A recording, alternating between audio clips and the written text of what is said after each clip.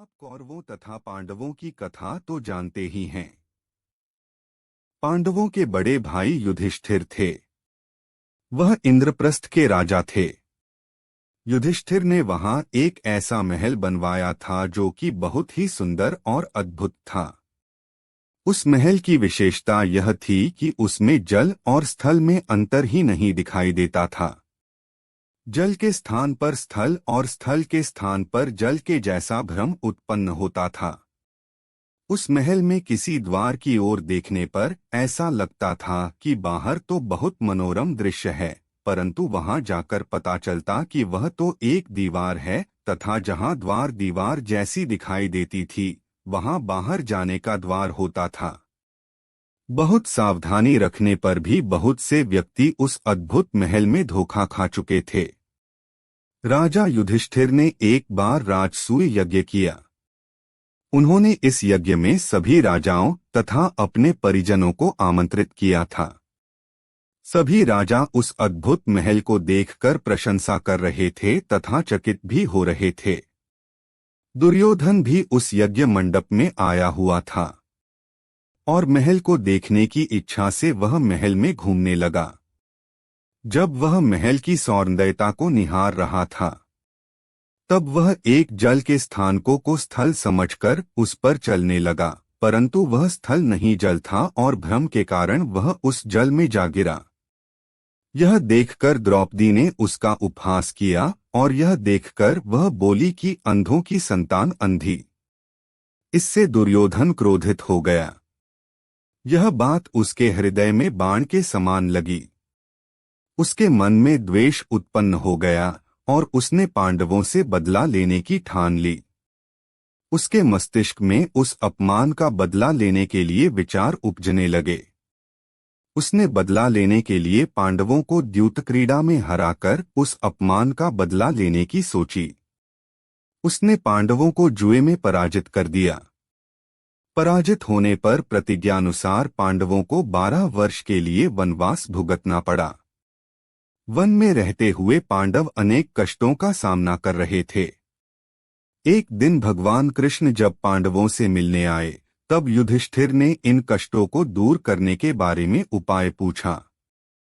तब श्री कृष्ण ने कहा, हे युधिष्ठिर, तुम विधिपूर्वक भगवान विष्णु का व्रत करो, इससे तुम्हारे सारा संकट दूर हो जाएगा और तुम्हारा खोया हुआ राज्य पुनः प्राप्त हो जाएगा।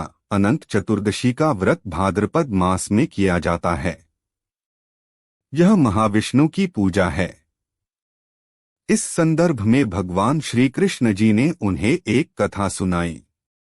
प्राचीन काल में सुमंत नाम का एक नेक तपस्वी ब्राह्मण था।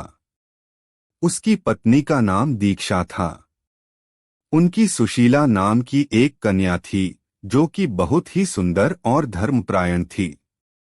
कुछ समय उपरांत सुशीला की माता दीक्षा की मृत्यु हो गई। पत्नी की मृत्यु के बाद सुमंत ने कर्क्षा नामक स्त्री से दूसरा विवाह कर लिया। सुशीला बड़ी हुई तब उसका विवाह ब्राह्मण सुमंत ने कौंडिन्य नामक ऋषि के साथ कर दिया। विदाई में कर्क्षा ने दामाद को कुछ ईंटें और पत्थरों के टुकड़े बांध कर दे दिए। कौंडिन्य ऋषि दुखी होकर अपनी पत्नी को लेकर अपने आश्रम की ओर चल दिए, परंतु रास्ते में ही रात हो गई।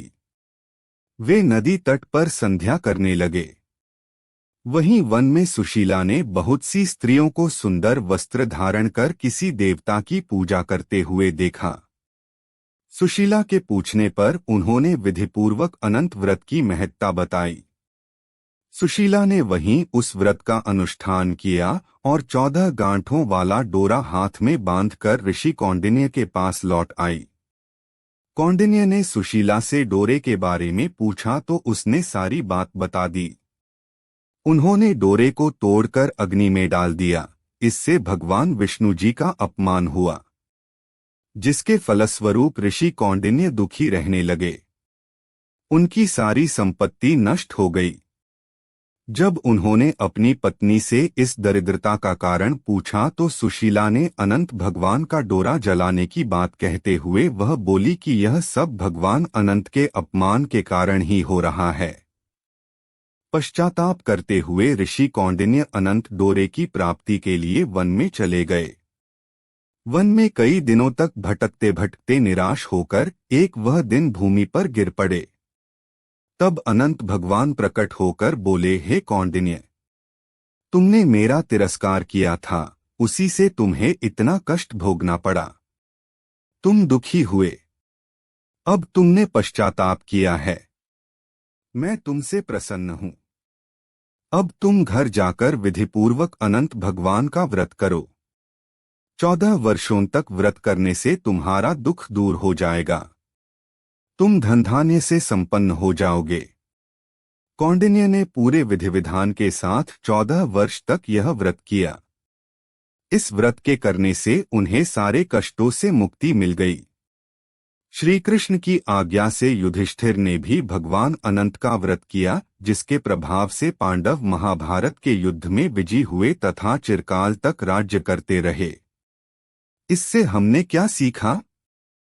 हमने सीखा कि बिना किसी बात को जाने कोई कार्य नहीं करना चाहिए।